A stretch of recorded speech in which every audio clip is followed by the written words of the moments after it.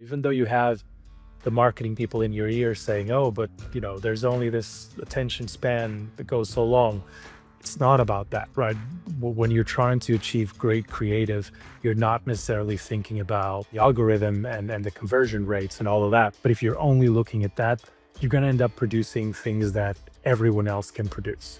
So you need to find your distinctive point. And that's when hopefully you achieve this idea of like great creative, something that feels right for the brand. On this podcast, we go behind the scenes with industry experts as they break down what it takes to produce creative work that works. This show is produced by Portside, a creative studio that helps outdoor brands produce strategic and emotional video content. Welcome to the Backcountry Marketing Podcast. Today, I'm sitting down with Rafa Oliveira.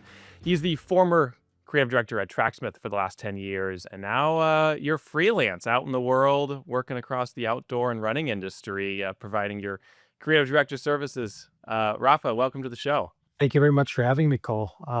It's a pleasure. I've been a long time fan and listener of your podcast. So it's really nice to be able to chat finally. Likewise, I think we've got another fun conversation lined up today.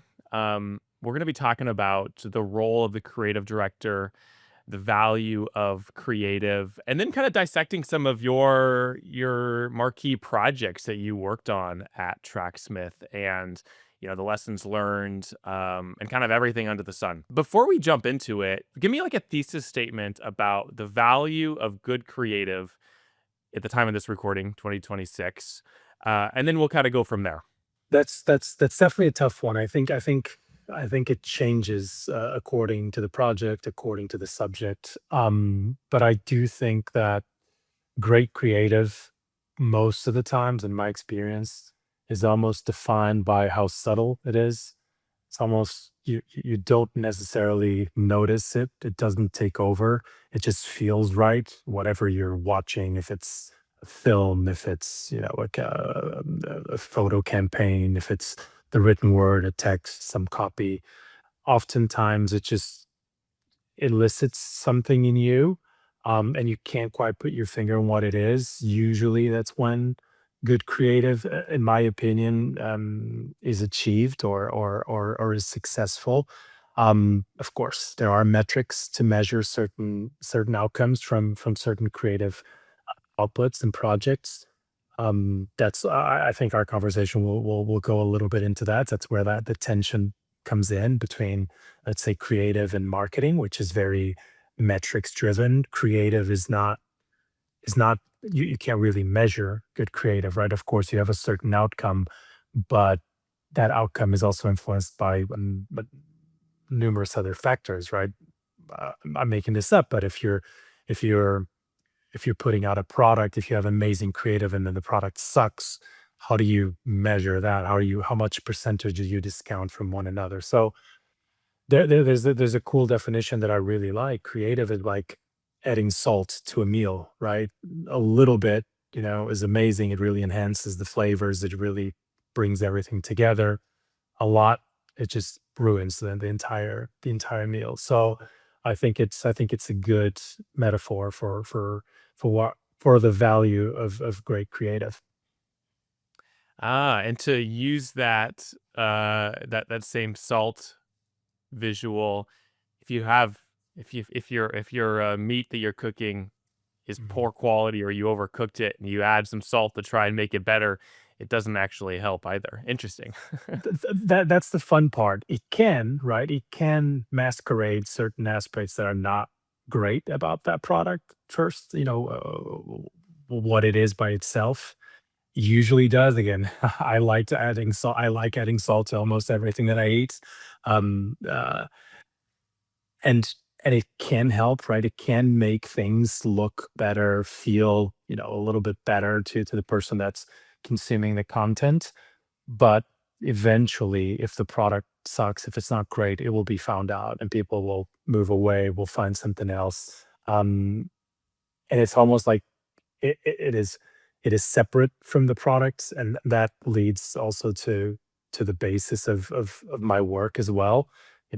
As a creative director for a brand, when I was a Tracksmith, and it's also my practice nowadays, I'm not. This might sound like too big of a statement, but I'm not really interested in selling anyone anything. I'm more interested in making sure that the creative is good. It brings something to that equation, right? If I have commercial transaction, it goes beyond that, right? It's done. There's that cliche line from that film Wolf of Wall Street, right? Sell me a pen.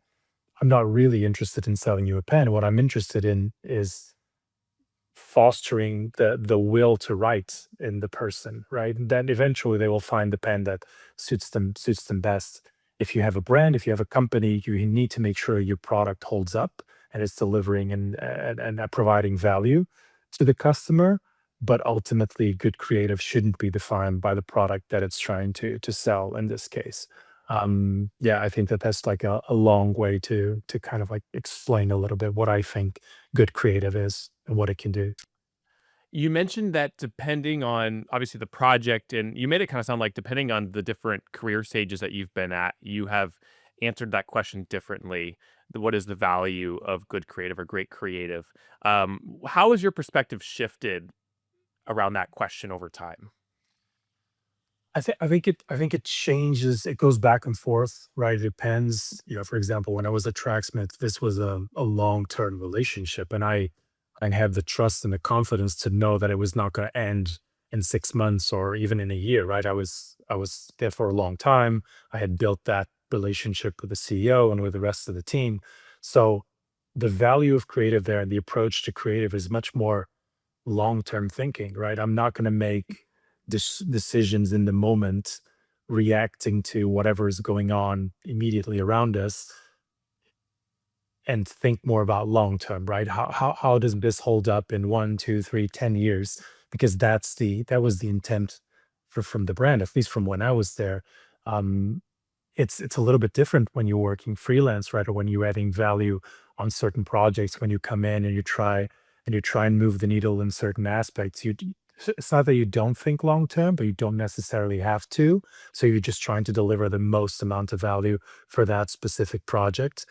And hopefully you want it to hold up in the years to come. But it's a different approach. Therefore, if you're working in house and with a single brand, I think approach to creative can take one shape. And then if you're working freelance, for example, or in a different project, it can take another shape. That's the nature of creative. That's why it's so interesting, right? You can mold it to the outcome and to the other person on the side of that equation, right? Who is it speaking to? What's the intent? That's the beauty of creative, in my opinion. So, and let's try to understand as best we can the impact of good creative, and I guess I'll liken this to the topic of a brand. Like everyone would say that a strong brand is important. I think most people would say that strong creative is important. Obviously, how you get there and the end result is widely varied across the outdoor industry. I think people can see maybe it's hard to measure brand. Measuring brand is kind of like measuring love, but no doubt it's important. But what is the value of great creative? How would you, or what is the impact of great creative on the business? Mhm. I'm curious how you'd articulate and try to define that as best you can. Yeah, I think using the Tracksmith example, because I think that that's the anchor for our conversation as well. We had this what moved us, the intent of Tracksmith. We had this written down was to make people fall in love with running, and ultimately every single decision that we made was gearing towards that. That was the goal. What shape that took, and you talk about brand versus creative. To me, at a place like Tracksmith, brand was always at the topmost, the most important thing that we thought about. Creative was always in service of that. Product was always in service of that. But so was community.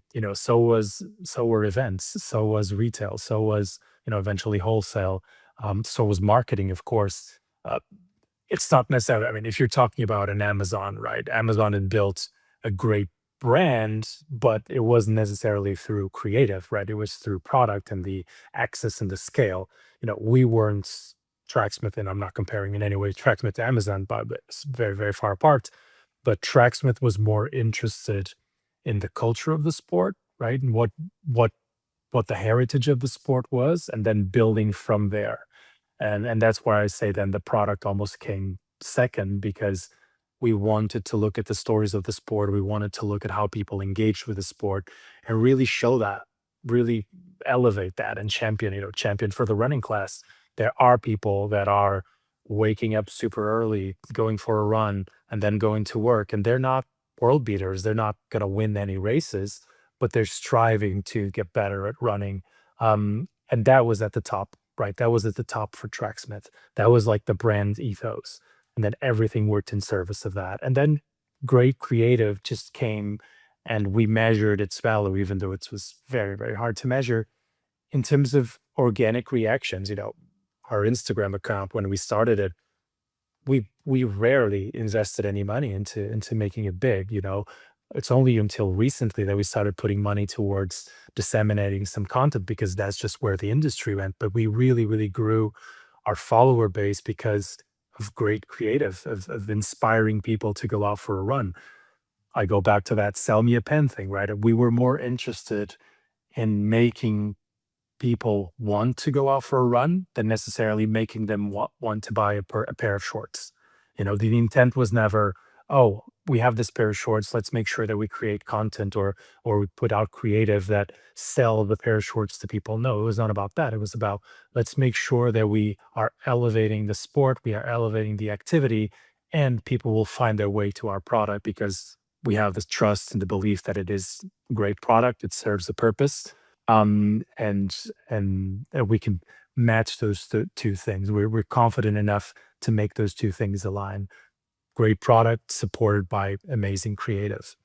Um, I'm biased, of course. I'm saying amazing. I'm throwing it out there, but I do believe that we made some of the best content out there for any industry. So, what was you said? Well, the mission of Tracksmith was to encourage people to fall in love with running. How did you say that? You said that a Yeah, different yeah, way. yeah. That make people fall in love with running. Yeah. Okay. So that sounds like a behavior problem that you're trying to solve through creative. If that was the mission of the brand, was creative then in service to try and influence that behavior amongst potential customers? Yes, yes, it was. It was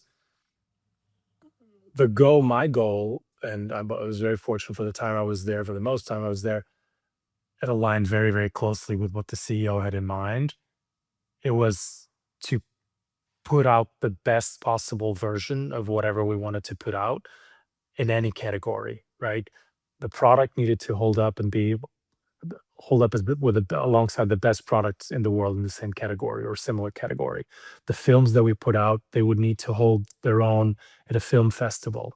The photo campaigns that we put out, they would need to hold their own in a gallery. The written word, they would need to hold its own in a literary contest. Sorry. So it was about like the retail experience, our stores. They When you walked in, you needed to understand that there was an architectural consideration, there was an interior design consideration. Everything was thought through and curated from the perspective of the runner, right? From a very insider perspective, in order to create this universe, this world that is that goes beyond the product. It's a world that hopefully people wanted to be a part of. They found some benefits in pursuing that aspiration. Um, and again, like I said, eventually they would find their way to the product because it was pretty good and pretty well considered. So is maybe not to simplify, but I'm going to try to simplify my original question of what is the value of great creative? Is it that it can influence behavior? 100%. It can for sure influence, change behavior, and even create. This is I'm sure that a lot of brands don't even want to get near this, but create some tension. I think that people need to be they don't need to be shaken. Our creative was never loud, but it needs to elicit some questions. It needs to make people think a little bit. I was always a proponent of not feeding everything all the time, not feeding people everything all the time, right? I wanted to leave some open space. I have a graphic design background, and white space is super important in graphic design. So the things that you don't put on the page, it's almost the same thing, right? The things that you don't show, the moments that you let a certain film breathe, you let it go a little bit longer, even though you have the marketing people in your ear saying, "Oh, but there's only this attention span that goes so long." It's not about that, right? When you're trying to achieve great creative, you're not necessarily thinking about, the thing that we're all now, you know, um, uh, in service of the algorithm and the conversion rates and all of that. If you're looking at that, if you're exclusively looking at that, it's not that you don't look. Of course, it would be foolish not to do so and not to be informed about it. But if you're only looking at that, you're going to end up producing things that everyone else can produce. So you need to find your distinctive point, and that's when hopefully you achieve this idea of like great creative, something that feels right for the brand, that is um, uh, easy is not the right word, but it's something that you can produce with the resources that you have, that is, let's say, sustainably produced. Of course, let's leave the environment aside. It needs to respect the environment and everything else, but it's also sustainably produced internally in terms of like the team that you have. What can you achieve with the team that you have? They're contributing at their best, they're fulfilled, and then at the end, great creative that moves people, that makes them want to go out for a run. And we heard this a lot. I was really, really proud when we had this interaction with people that would come over to the stores, or we would find them at events. They would be like, "Oh, when I opened the packaging and I saw the photo, and immediately made me want to go out for a run," or when I saw the film, it immediately made me think about this other run that I did, this experience that I had, and I wanted to go and I wanted to search for it, and I wanted to train a little bit harder for my whatever marathon." So those are the kind of things that moved the people in the brand, and that was the goalpost. When we had a steady stream of feedback that sounded like this, we knew we were doing something right. And usually sales and product would match that type of feedback, would match that momentum when you saw that reaction. Because fortunately right now, with social media, you can kind of like see that happening, whether in comments on Instagram, you can see that engagement happening in real time. Usually that moved the needle also on the product side, even though that was not the end goal. We saw some reciprocity between the two movements. Yeah, interesting. So, okay, as you were just talking there, I just wrote something down. Obviously, you can't see it, but I want to read this to you, and I'm just curious Mm. how this strikes you. What we see on the internet is the output. We see, the film that gets uploaded, and we don't often see the work that should happen internally to arrive at that piece of content. I'm trying to think about a framework that you could consider when you're trying to figure out how to show up as a brand in a distinct way. So let me know how this sits with you. The value proposition of your company, of what you're selling, leads to a behavior statement that you're trying to influence your customers with, which leads to a point of view creatively. And that point of view influences the distinctiveness and the content that you produce, which should circle back to the value proposition. How does that sit with you? Yeah, I think that that's a good way of breaking it down and templating it in a way, right? Setting like these. This is the approach. This is the, let's say, the steps in order to get to a certain place. A lot of things need to happen, right? And that's why, you have these internal conversations and this tension about, should we go this way? Should we go that way? Should we allocate more budget? Should we make it harder? Should we make it easier to get to a certain place? Um, but ultimately, that sounds like a good framework to use, right? It's very hard to replicate, from previous experience, and then from experience post Tracksmith. You need to find what's most unique externally, right? How to present the brand in the most unique way. But you also need to find a unique way internally of working, because you're not going to have the same set pieces everywhere, right? You can't necessarily just bring, a template or a blueprint from another brand, from another company, and then just use a blanket like approach, and then use that at the other company, because the players are not going to be the same, right? The rules of the game are not going to be the same. So you need to adjust and make sure that you're making the most of that, um, in order to achieve those goals in that framework, in order to make that framework work. That's interesting. Yeah, as you've moved into the freelance world, what's something that you brought with you from Tracksmith that you thought could be a copy and paste to another company, but you've realized like, oh, it's actually different. Like we gotta reconfigure how we're working. Is there an example you can share? Yeah, I think there is a very I think that there's a very straightforward example is allowing the time for great creative to come through, to almost show itself, right? I'm not gonna sit here and say, I know exactly how to achieve great creative. I think everyone that says that is in some way lying or not necessarily telling the entire truth. Sometimes you know how to get there because you've done it before, but then the end result just doesn't work. So and this goes back to the idea of like white space and leaving room to breathe. You need to create the environment as best as you can up to a certain point for that creative to come through, but then you actually need to make things happen and let things happen when you're shooting them, when you're documenting them, when you're trying to bring them to life. Because and let me just preface let me just add a little note here. It may not work for every brand because it's not necessarily every brand's universe to create an authentic point of view. Tracksmith was very much rooted in that. We wanted to have an authentic point of view always. So we wanted to capture that. So like I said, going back and to answer your question more directly, a straightforward example is it's not every brand, it's not every company, it's not every agency that is willing to allow the time for that great creative to show up. You know, usually people want results fast. They want to respect the and it's very good, you know, in a very good positive way. Respect the budget and the time of everyone. That makes perfect sense. I think that that's the right way to right way to do it. But sometimes you can't just show up and have someone stand whatever in front of a blank wall, take some shots, and that's it, right?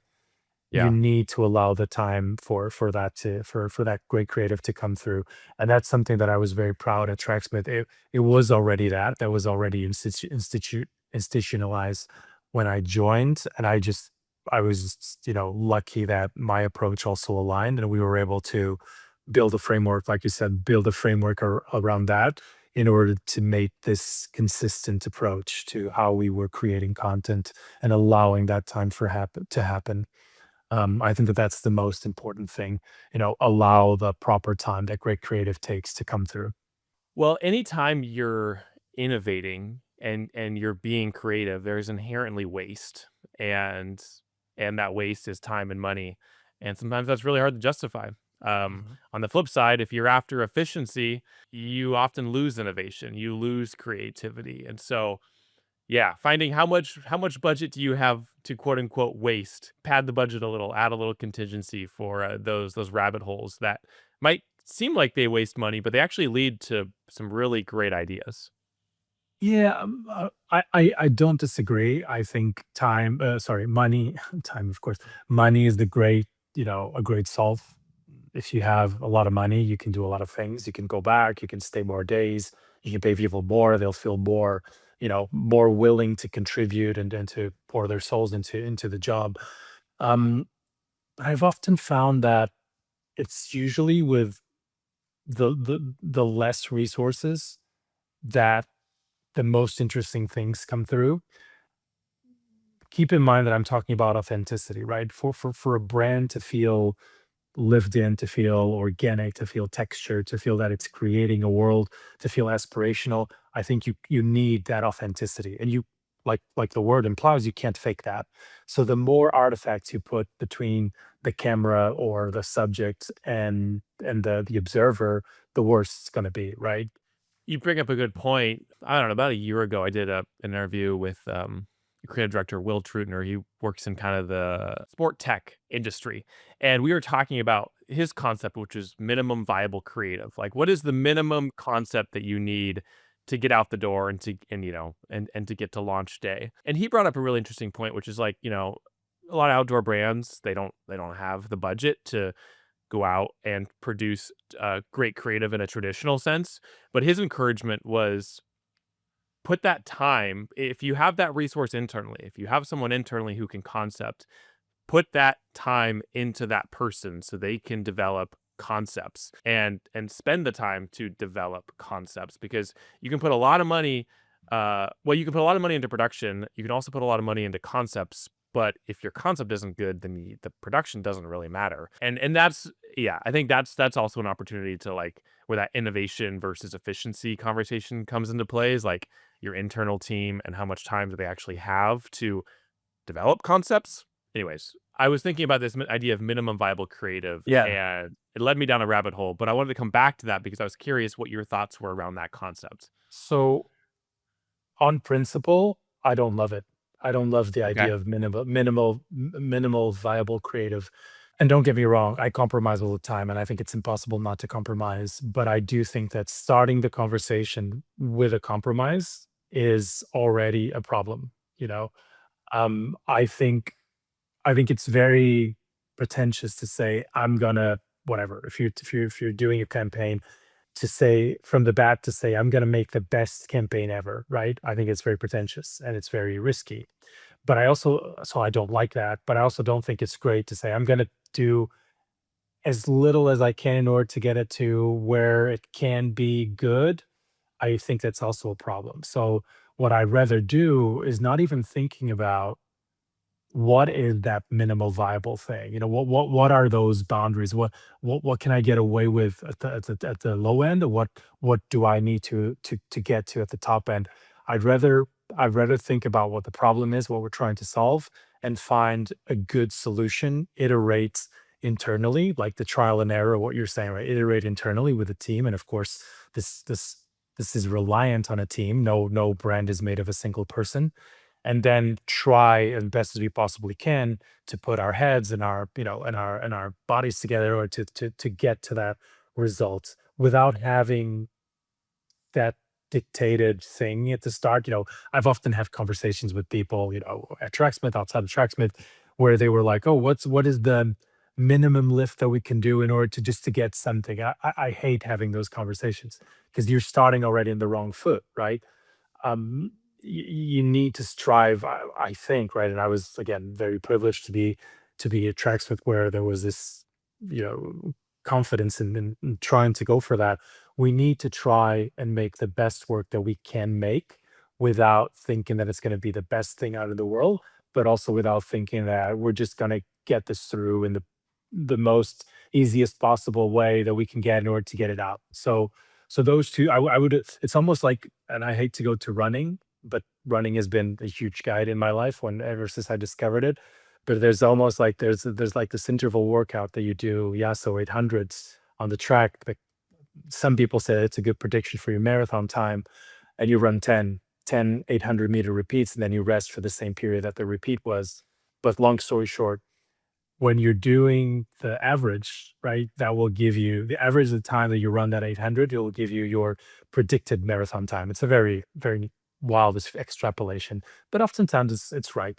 But you take away the fastest and you take away the slowest time. So you remove those things. It's a little bit like that, right?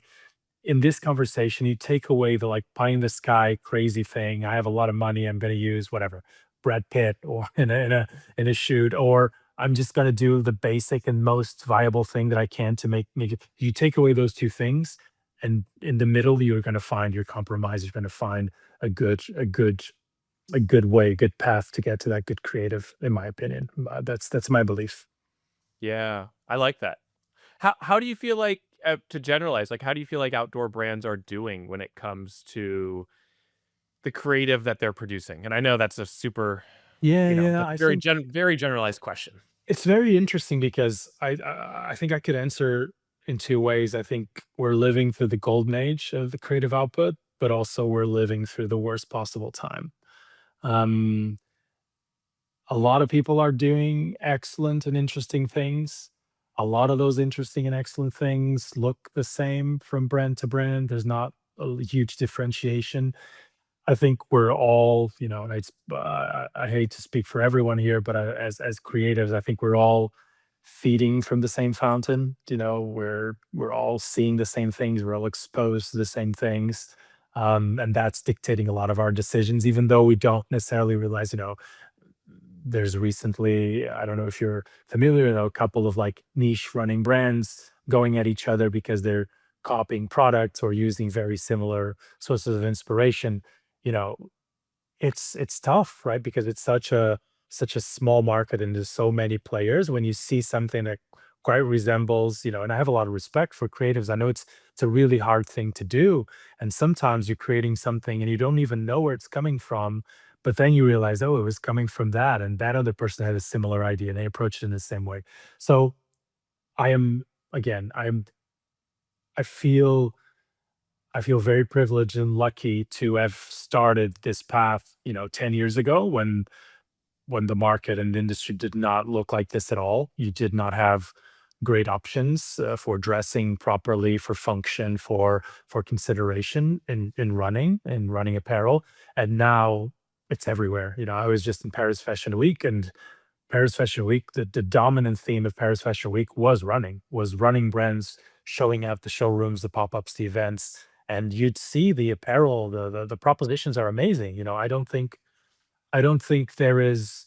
People talk about, and a lot of new brands come up and they say, "Oh, we're solving this issue or we're solving this thing." That I don't think that exists anymore, to be honest with you, or I'm missing a couple of points. But when I see brands, "Oh, we didn't we wanted to talk to people that don't really care about racing and they want to smoke a cigarette after running." Yeah, but that's existed. Tracksmith has done that. We've done lookbooks that do not feature running at all, just people going about their day and doing everything but running, right? We've done, athlete camps, sub-elite athlete camps, amateur athlete camps. We brought everyone out to the middle of nowhere. We've done desert running. And I'm not to say that everyone is copying that. That's not at all. We also used a lot of inspiration from brands like Rafa and how they approach cycling, from Nike, from Adidas, like those historical campaigns from the fashion world, of course. I think that everything is like a reinterpretation of what has come before. I think that that's, most of the great work is. Um, it's tough to see now because there's a lot of like really, really, really small brands that are popping up. And instead of them looking back and looking at the history, doing research, they're just feeding off the brand that's next to them that just showed up as well. So that's tough to see. Amazing stuff is being produced, is amazing content is showing up and amazing products, but oftentimes I find myself, "Oh, I've seen this like last week, from another brand." And it's very similar, the style is the same, blurry photos, tilted horizon. So it's a lot of the same. And it's tough, if I'm probably too close, right? And too analytical from these things. Most people probably don't, it just goes through them. But yeah, that would be my take. I think it's an amazing time for the industry, but I think it's worth doing a little bit more research into finding a unique point of view, a unique perspective, both on the product side and on the content side as well. So then, if you're not a fan of of the minimum viable creative concept, and if you were consulting with a brand and they were a new startup, new running startup, and they're like, we just we want to make this, I don't know, commercial or a brand Mhm. campaign, and we've got this concept, and you're looking at it and you're like, oh, this is basically like what every other running brand is producing right now. The blurry photo, tilted horizon, um off camera flash look. uh would your suggestion be to not run it, to not even produce it? Would you say, um let's hit pause and let's dig deeper to find a point of view? Or would you say just send it, and we'll evaluate the results and iterate from here? It depends how much they're paying. No, Okay. I'm joking. I'm joking. But there is this joke, right, there where there's like this sign, this like a meme that was old and that became new, and where this sign in front of like a graphic design office, it says something like, "If you pay me $100, you get to do everything. You get to choose the color, you get to choose the logo. but if you pay me 5,000, I get to do no, sorry, the other way around, right? If you pay me $100, I get to choose everything. I get to decide. You make no decision. If you pay me a lot of money, you can make all decisions, right? It's a joke, of course. I do think, it's a per project. You need to evaluate what they're trying to solve and how they're trying to solve it. Where I think a good creative director can come in and really make a difference is really evaluate how can that feel distinctive from everything else, right? If the premise is if the goal is to, hey, we just want to look like everything else that's out there and we want to be very, obvious and conscious about that, fine. That's an approach. Probably I wouldn't be, speaking pres I wouldn't be the best person to lead that project. And I would be very open and honest about it. And try at least to find a different solution because I do think that there's value in distinction. Again, if we're talking about a mass market brand where they just want to regurgitate the lowest common denominator of whatever is going on in the industry, that's fine. But I don't think we're talking about that, right? We're talking about hopefully brands that want to feel distinctive and elevated and want to have a point of view. So I would lean on pushing a little bit harder on, hey, there's this other approach that we can take. Let's allow the time that it needs in order to get there, and hopefully we get to that different solution and see how it works. I do think there's a lot of value and benefit there. Do you feel like brands have a clarity problem when it comes to the problem that their creative is trying to solve? Yeah, I think so. I think again, being in Paris Fashion Week, I got to talk to a lot of people in other brands that I had known from before that I've just met. I think that the product proposition is really clear for most brands. I think that they're where they are, their positioning, what they're trying to solve, the path that they're taking. I think it's very clear for a lot of brands. It's interesting to see. It's great to see, but I do think that the creative then is when it starts to fall apart. And again, I'm not like I said. I think we're living through the golden era, and a lot of great things are coming through. But I found that there's not enough attention being put to that creative long-term relationship with the viewer, right? With that consumer, client, whatever we want to call it.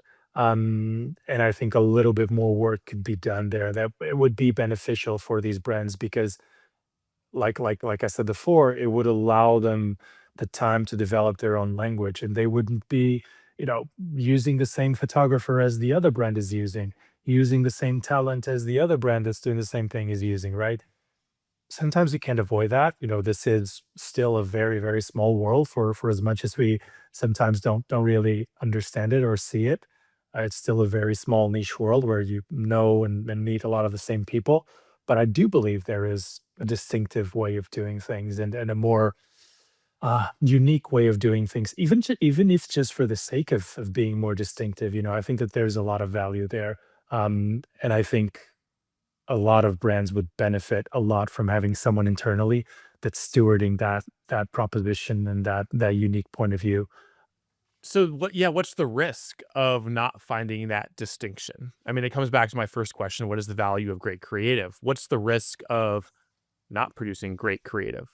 I don't think that there's any risk. I think that that's where this conversation becomes a little bit more difficult and something that I'm very sensitive to, which is the internal conversations. How do you how do you ensure that great creative is coming out, but how do you ensure that you're bringing that internal team, bringing the team along in order to make them understand what that is, what it takes to achieve that? Because it's not it's not fair. I'm going to go to another expression, and I'm sorry about the cliches, but it's not fair to judge a fish by its ability to climb a tree, right? And it's not fair to ask the person that's responsible for finance to understand what great creative is, right? Or to have an opinion about what great creative. It's not fair to ask the marketing person, right, that's looking at the metrics of engagement to understand the intangible value of, I don't know, a film that makes people feel something a little bit more than just saying that the fabric is sweat wicking, whatever. Um, So you need to bring those people along internally as well. The great thing about creative and about design, right? Design being at the base of creative design thinking, is that I think that there's been a huge evolution in the past 15, 20 years. I've been working for more than 20 years. Creatives and designers have been able to understand the business language. They've been able to sit at the business table in the boardrooms, with the leadership team, and have been able to speak that language. They've been able to come into the room, understand certain nuances. The other way is not necessarily true. A finance person, I'm not ascribing here, not generalizing, but a finance person doesn't understand the power of the importance of typography, or you know the revolving door of the CMO, right? They come in, they try and bring in a new logic, a new creative logic, and then you have to relitigate that logic all over again because they think whatever, that the future is AI ads. But then you actually get down to the nitty gritty and you understand, but the AI machine, the algorithm, they cannot replicate the kerning that you need for our titles to work, and you have to explain this, right? So it's almost like the creatives have developed this whole set of skills that allow them to be present confidently in these rooms, in these spaces. But the other way around, it's almost like, oh, because I like that color best, or my wife saw the email and she didn't understand it, right? It's tricky, and I'm generalizing, I'm being very basic, but that's the risk that you need to make sure that the internal team, right, the team that you're working with, the company, trusts you to take that risk properly, right? And to go with them on this journey that hopefully is long lasting, and just allows allows you to set these pillars, and they can be moved, right? These pillars, they shouldn't be like, put in the sand and immovable. But if they move, it's very slowly. So in order to not bring the entire structure down, and I think that that's the risk of great creative. You have to put your head out there and say no to the team, right? And say, hey, let's use restraint here because we're in this for the long run. We're not trying to achieve like this cool immediate, reward. We're trying to build a steady flow of engagement, of interest for the brand that goes beyond product and it goes beyond a single season. That's good nuance to the question that I'm asking. Yeah, yeah, that's really good to consider. Can I paint a Yeah, hypothetical illustration of course. or a situation? So we've got brand A, they're producing great creative, whatever that is for them, and we have brand B, and they're not producing great creative. What's the risk for brand B if they don't produce great creative? The risk is that unless they have a huge logistic structure that allows them to churn out product and get product out, in massive quantities and great product, they'll be left out of the conversation. People won't react emotionally. I mean, we're very basic creatures, right? We're still in this state of, we're in the forest, right? Looking at a fire at the end of the day and hearing the stories from our elders, right? That's basically what we are. It just takes a different shape because the world has progressed so quickly. So those are the things that we retain, right? Those stories, that world, that aspiration. You know, I believe that if you're a brand just focusing on churning out product, of course you'll see success, and that success will be d- uh, directly correlated to the amount of money that you spend on ads, on pushing products. But if you don't have those resources, which oftentimes smaller brands don't, right, or brands that are just starting, you need to rely on moving the needle in some other way, and opening the door for people to come in. That's not necessarily the product door. Don't get me wrong, product needs to sit at the base. It needs to be great. I'll say this again, needs to be great and perform and not disappoint and not fall apart, be sustainably made, be properly made. But you need to make sure that people are seeing your message and they're reacting in some way to it, right? That's the aspirational element that I think is important for, it was important for a brand like Tracksmith, and I think it's a value for every other brand as well. So you said being left out of the conversation. Why does that matter? Oh, why does that matter? I think it's implicit, right? If people are not talking about you, if you're just like a bygone thought, if people don't do a double take to see the film that just rolled up while they were watching a track and field meet, or when they're scrolling through Instagram and they see the cat video and then they see the person falling and then they see the photo or the film that really speaks to the core of what it be. I mean, again, in this case, Tracksmith, of what that relationship to running can be and can look like, and makes them stop, right? Not the stop the scroll. I don't really care about the stop the scroll, about stopping the scroll, unless you're adding something of value. It's not just for the sake of being loud and being like, "Oh, it's beautifully done," but it needs to add value beyond that. Um, so I think that that's the reason. Yeah. You mentioned stopping the scroll. I'm curious your thoughts on this attention economy that we live in and how that influences how you approach producing Mm. content. I mean, we need to play by the rules, right? We need to, well, when I say play by the rules, not necessarily, we need to show up where people are seeing content, right? Where that's just the reality. You can't just keep shouting into the void because no one will listen to you. So what I tried to do at Tracksmith, and it's still my approach to this day, what I believe adds more value is, okay, this is going to be consumed in such and such way, but let's not let that dictate the brief, the concept. Let's make the concept be what the problem that we're trying to solve, the message that we're trying to get through. You can get there, you can massage it, you can change it, you can edit it, you can splice it up in order to get it to the platform or to be consumed in a way it needs to be consumed. Of course, it might fall apart here and there. You might leave something behind here and there. Hopefully you don't. But the way it's going to be consumed should never dictate the brief and the concept. An example is, I'm not in any way comparing myself to, but cinema nowadays, right? Film. I have a film and photography background. That's what I graduated college in. You know, Odyssey, right? Christopher Nolan, he shoots in IMAX, right? People like it's well known. People maybe are going to see it in the airplane, right? In those shitty screens or in their iPhone, right? It was not meant to be seen like that. But should he have shot it on an iPhone because it's going to be seen on the iPhone? There's nothing wrong with it. There's people doing pretty cool things. But it's like he's showing reverence to the art. He's showing reverence to the method of creating this content in a way that fulfills in and the team, hopefully. And then they'll find a way to format it to the screen, right? When you see it on the airplane, it says this film has been formatted to fit the screen. I think that's the solution instead of like thinking about it. Hey, how can we make a film that looks good on an airplane?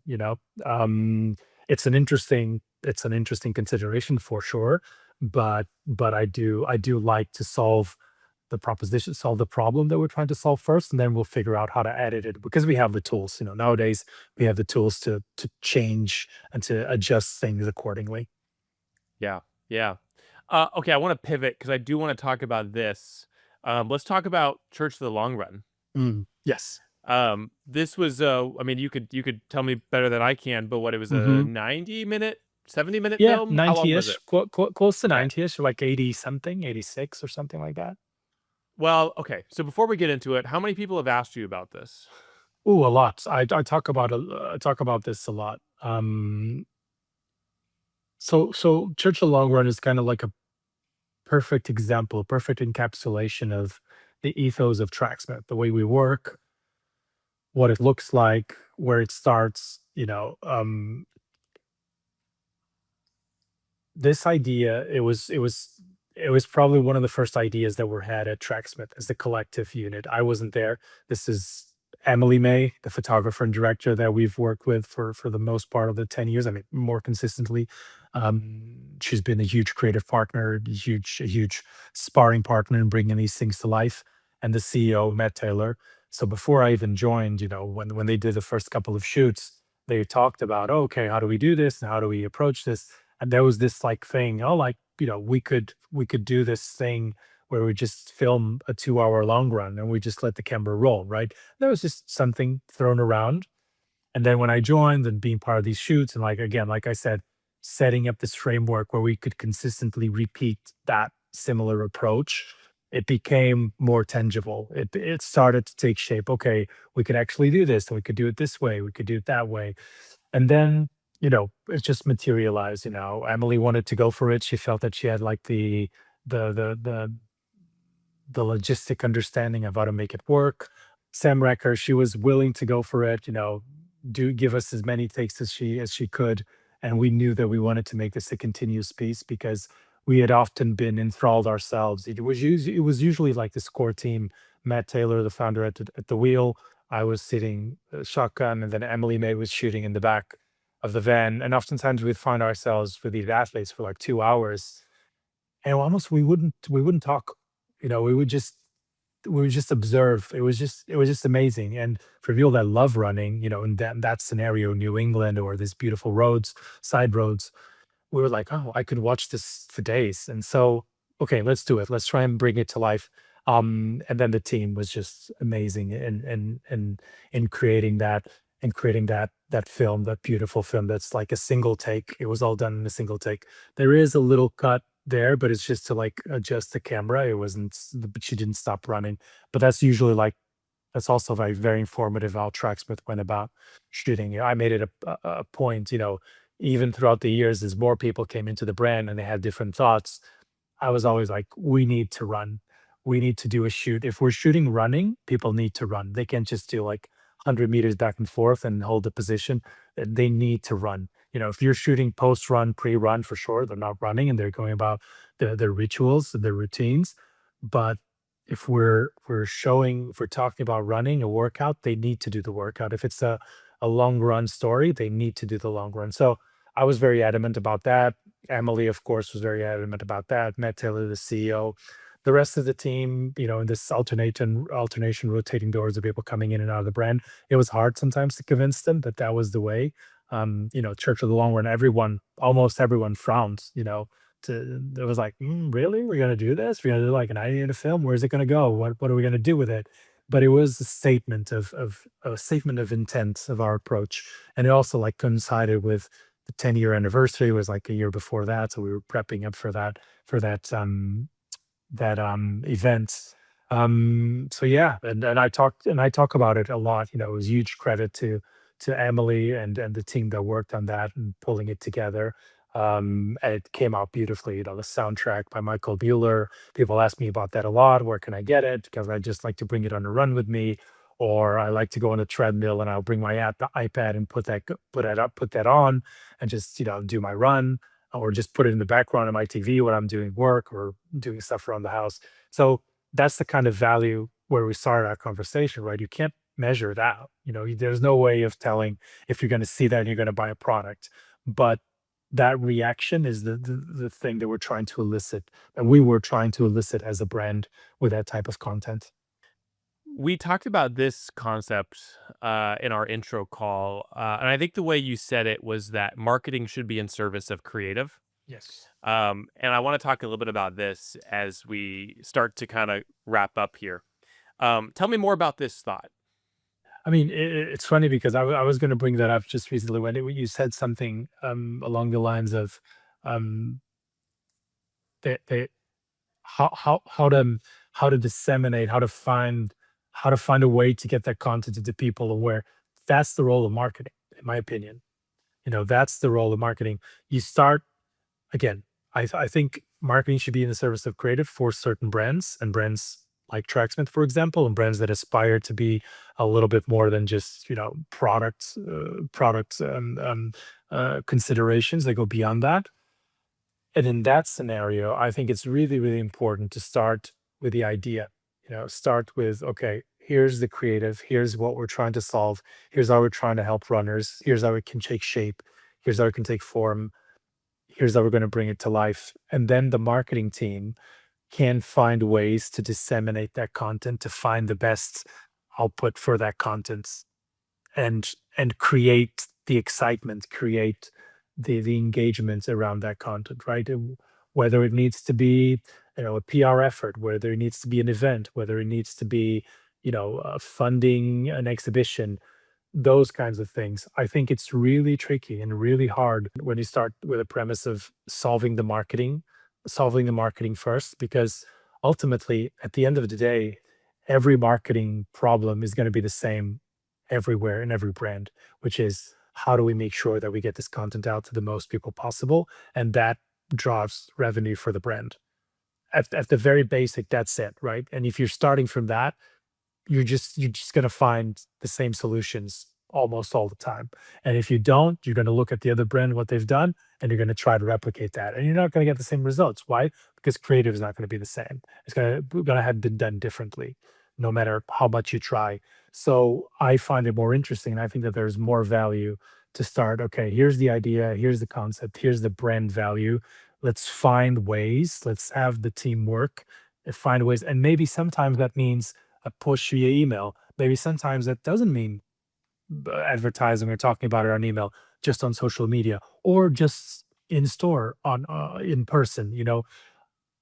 I know that it's tricky. I know, again, I like my job a lot. That's why I do it. I know it's very easy for people to see themselves as creatives, and I do believe everyone can be a good creative if they just are willing to dedicate the amount of time that an idea requires to be fleshed out, and can exercise restraint and not go into the most immediate thing directly in front of them. And oftentimes marketing suffers from that.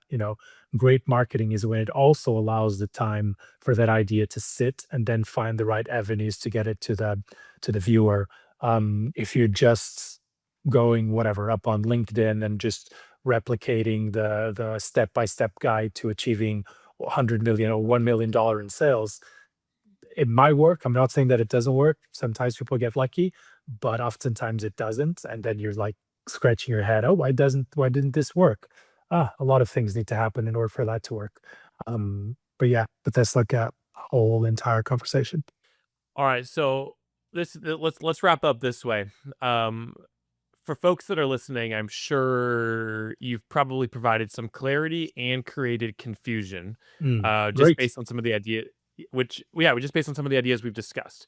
What I want you to list any questions that come to mind that you want the audience to ask themselves Mm. about anything that we've discussed today, and we'll end here. What are some Okay. ending questions you want people to ask themselves based on what we talked about? So I'll start with a very simple product question. That was always at the start of my ideation, my conceptualizing for Tracksmith is, do I need this product? Think about that. Think about when you're interacting with a brand, think about that question. Do you need this? Don't don't think about, okay, it looks great, it feels great. By all means, indulge if you want to, but ask yourself that question, because oftentimes that's also the question that I was asking myself. Do we need this product in the line? Do we need this pair of shorts? Do we need this shirt? And then from then on, when you answer that question, I think you'll find the ways of talking about it, of presenting it, of creating a world around it that is aspirational and goes beyond that commercial transaction and that basic need. I think that that's one important question. And then the other, I think, is in a segue to this is, how am I adding value to this conversation? By this conversation, I mean between the brand and the customer, the runner, the consumer, whatever, however you want to call it. Are we adding value that goes beyond that product? Where where the question starts from the product perspective. Do I need this product? And then once you answer that question, hopefully it's a positive question. Yes, I do.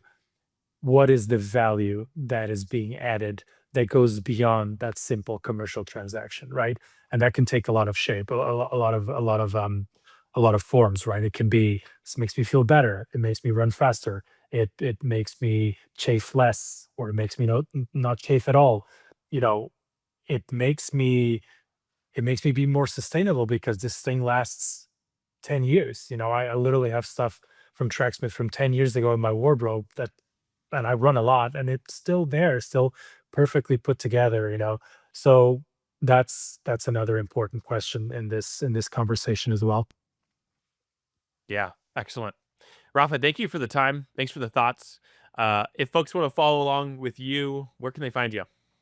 Um, I'm not very. I mean, I post on social media on Instagram, Oliveira Rafa. It's my name, like, starting from the surname. I think that would be the best place to find me. Every now and then, I post some photography that I really like. That I take. That I really like. Some running stuff, some fashion stuff, architecture. My interests. They're very wide. I think that would be the best place to find me. And Amazing. in a major marathon around the world, I like to run, and I like to compete to test myself. So that's the real person interaction that you'll be able to have with me. Well, thank you again for the time. Thanks for the thoughts. This was a really fun and I'll use the word enlightening conversation. So thank you. I appreciate that. It was great chatting to you, Cole, and yeah, I like you said, hopefully created some tension, because I do think that that's important, not for the sake of tension, but just to make people think a little bit more about these things. I think that they're important in the grand scheme of things. Well said. Have a good rest of your day. Thank you. You too, Cole. Bye. Thank you for listening to this episode. If you enjoyed it, please consider sharing it with a friend or leaving us a review on Apple. And remember, as you're working on that next piece of creative, the difference between creative that works and doesn't work often comes down to the hard questions that you ask while you're shaping it.